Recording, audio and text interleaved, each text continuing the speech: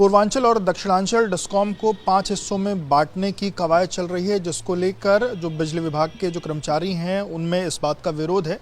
उत्तर प्रदेश विद्युत परिषद के जो लोग हैं वो आज डिप्टी सीएम ब्रजेश पाठक से मुलाकात करने भी गए, तो उनका पूरा पैनल गया था मुलाकात करने और उन्होंने अपनी बात रखी कि किस तरीके से अगर ये चीज़ें 5 हिस्सों में बांटी जाती हैं तो क्या नुकसान होगा। अवधेश जी हमारे साथ हैं। अवधेश जी, आप लोग गए थे, 5 हिस्सों में जो बांटा जा रहा है उससे नुकसान की बात आप लोगों ने रखी है, क्या बात आपने रखी और क्या चीज़ें वहाँ से आश्वासन दिया? देखिए, माननीय उप मुख्यमंत्री जी के सामने हम लोगों ने रखा कि जो 5 नई बिजली कंपनियां बना के और जो निजी क्षेत्र में देना चाह रहे हैं उससे कहीं ना कहीं प्रदेश की जनता का नुकसान होगा। टैरिफ जो आज हमारी है उसकी दुगना टैरिफ हो जाएगी, तो उपभोक्ता भी बहन नहीं कर पाएंगे। और सबसे बड़ा नुकसान ये होगा कि जो दलित और पिछड़े वर्ग के कार्मिक हैं उनका आरक्षण चला जाएगा। इसके पहले पदोन्नतियों में आरक्षण गया, अब उनका आरक्षण जाएगा, तो आने वाले समय में दलित और पिछड़े वर्ग के लोगों में बहुत गुस्सा है। तो आप माननीय मुख्यमंत्री तक हम लोग की बात पहुंचाइए और आप इस पर उच्च स्तर पर कैबिनेट में भी ये बात करिए कि इस प्रकार की जो कार्रवाई करने जा रहा है पावर कॉर्पोरेशन, वो पूरी तरीके से असंवैधानिक है और संवैधानिक परिपाटी के तहत निजीकरण की प्रक्रिया को रोकते हुए सुधार की गुंजाइश निश्चित तौर पर है। हमने कहा जब आज की डेट में 1,15,000 करोड़ रुपया उपभोक्ताओं का बिल बाकी है और आपका घाटा 1 लाख करोड़ है, तो 1,15,000 करोड़ अगर वसूल लिया जाए तो आने वाले समय में 5,000 करोड़ के फायदे में हम पहुंच जाएंगे। तो बिजली क्षेत्र में अपार संभावनाएं हैं। हमने ये भी कहा कि 44,000 करोड़ केंद्र सरकार आरडीएसएस में दे रही है, उस पर वो खर्च किया जा रहा है बिजली विभाग पर। वो खर्च करके और किसी अडानी अंबानी या किसी भी निजी क्षेत्र को बेचना उचित नहीं होगा, इसलिए इस पर पुनर्विचार किया जाना चाहिए, जिससे कि सभी का हक सुरक्षित बना रहे और प्रदेश की जनता पर भी कोई भार ना आने पाए। ये कहा जा रहा है कि इन दोनों जगहों पर जो ये चेंजेस होंगे उसमें लगभग 27,000 जो लोग हैं उसमें वहाँ काम कर रहे हैं। ये भी कहा गया, आश्वासन मिला है कि किसी को भी हटाया बढ़ाया नहीं जाएगा, इस तरीके का आश्वासन शुरुआती तौर पर जो मिल रहा है। तो दिक्कतें कहाँ आ रही हैं, आप लोग को कहाँ लगता है कि दिक्कतें आएंगी? देखिए, जहाँ तक सवाल है प्रबंधन जो ये बातें कर रहा है, प्रबंधन को शायद आइडिया नहीं कि जब अभी टोरेंट पावर आगरा के लिए जब निजीकरण किया गया था, आज वहाँ एक भी बिजली कार्मिक नहीं काम कर रहा है। इसके पहले मैं आपको नवरत्ना कंपनी एनटीपीसी की बात करना चाहता हूँ। एनटीपीसी ने आपके टांडा को हैंड ओवर किया, ऊंचाहार को लिया, आज भी वहाँ बिजली विभाग का कोई कर्मचारी नहीं है, उनके 100% कर्मचारी हैं।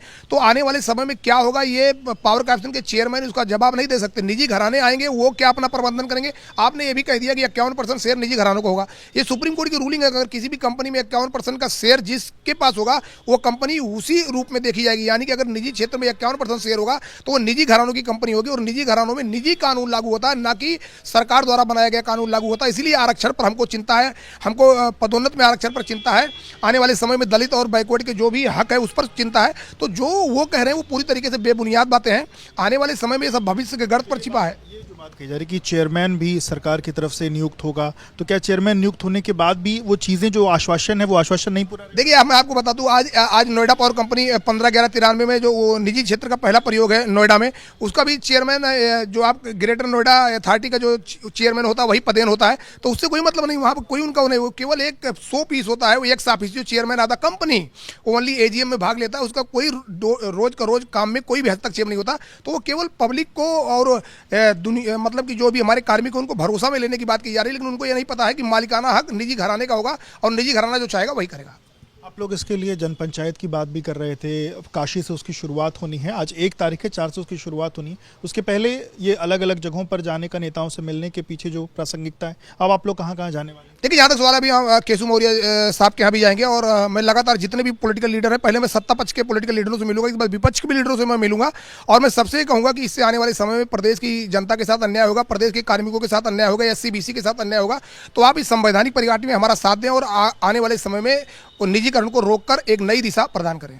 जो आप लोगों ने आंदोलन की बात कही है, कंपनी सरकार की तरफ से कहीं ना कहीं ये बात कही जा रही है कि जो लोग उन जगहों पर जाएंगे उनके खिलाफ कार्रवाई है, वो एक्शन हो सकता है, इस तरीके की बात अलग अलग जगहों पर? देखिए, जहाँ तक सवाल है, जो सरकार की तरफ से जो ये बातें कही जा रही है कि कार्रवाई होगी और आपको बर्खास्त की, ये सरकार ने कहीं नहीं किया है। पावर कॉर्पोरेशन के जो हमारे चेयरमैन हैं उनके द्वारा ये बार बार ये बात की जा रही है। अभी तो कहीं प्रक्रिया कहीं है ही नहीं, अभी केवल एक खाका भी अभी कैबिनेट में आया भी नहीं, खाका तैयार भी नहीं हुआ और आप इस प्रकार का सख्ती, ये केवल जो कार्मिक है उनको डर व्याप्त करने के लिए, उनको डरवाने के लिए ये राजनीति की जा रही है। ये भी गलत है और इस प्रकार की परिपाटी नहीं करना चाहिए कि जो हमारे कार्मिक है वो हमारे अंग हैं, उनको इस प्रकार से आप भयभीत करना चाह रहे हैं कि वो अपने संवैधानिक हक की लड़ाई लड़ रहे हैं। ये पूरी तरीके से असंवैधानिक है। सवाल, मजबूरी क्या है प्राइवेटाइजेशन की तरफ बढ़ने की? देखिए, मजबूरी कोई नहीं है, मजबूरी है कि जो प्रबंधन है, प्रबंधन ये चाहता है कि अडानी अंबानी को देने से फायदा हो जाएगा। मैं उनसे पूछना चाहता हूं कि जो आपने नोएडा पावर कंपनी को दिया, जो आपने टोरेंट पावर को दिया, अगर उससे फायदा हो गया तो आने वाले समय में उस फायदे का श्वेत पत्र क्यों नहीं जारी करते?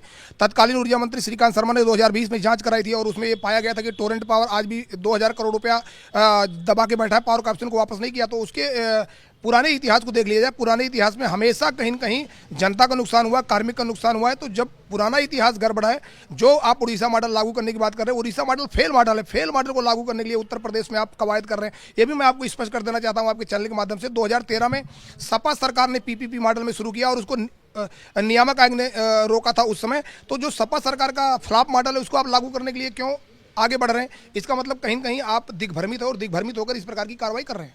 आपने कहा 2 लोगों का नाम लिया और इस तरीके की प्राइवेटाइजेशन की तरफ बढ़ावा देने के क्या मंशा इसके पीछे? देखिए, इसके पीछे मंशा ये है कि पुरानी गाड़ी का इंजन नया करके और आने वाले समय में उद्योगपतियों को दे दो पुराने भाव में, तो एक तरह से बड़ा लाभ कमाने के लिए इस प्रकार की कार्रवाई की जा रही है। उद्योगपतियों के दबाव में एक कार्रवाई की जा रही है। उद्योगपतियों की एक यहाँ डिस्ट्रीब्यूशन यूटिलिटी मीट प्रदेश में होती है और उसके दूसरे दिन के बाद ही ये सब कार्रवाई शुरू हो जाती है। कहीं न कहीं जो हमारे सार्वजनिक क्षेत्र के लोग हैं, जो हमारे पावर कॉर्पोरेशन के लोग हैं, वो कहीं न कहीं उद्योगपतियों के प्रवक्ता बनकर काम कर रहे हैं, जो उचित नहीं है। इससे आने वाले समय में औद्योगिक अशांति पैदा होगी। बहुत शुक्रिया बात करने के लिए। तो आप अवधेश वर्मा जी को सुन रहे थे, जिन्होंने बताया कि अगर प्राइवेटाइजेशन होता है तो क्या दिक्कतें आएंगी, और उन्होंने अपनी जो दिक्कतों के बारे में अभी डिप्टी सीएम ब्रजेश पाठक को अवगत कराया। इसके अलावा बाकी भी अन्य नेताओं से मुलाकात करेंगे, विपक्ष के नेताओं से मुलाकात करेंगे, और कोशिश यही रहेगी कि जो प्राइवेटाइजेशन की तरफ ये चीज़ें बढ़ रही हैं वो ना हों।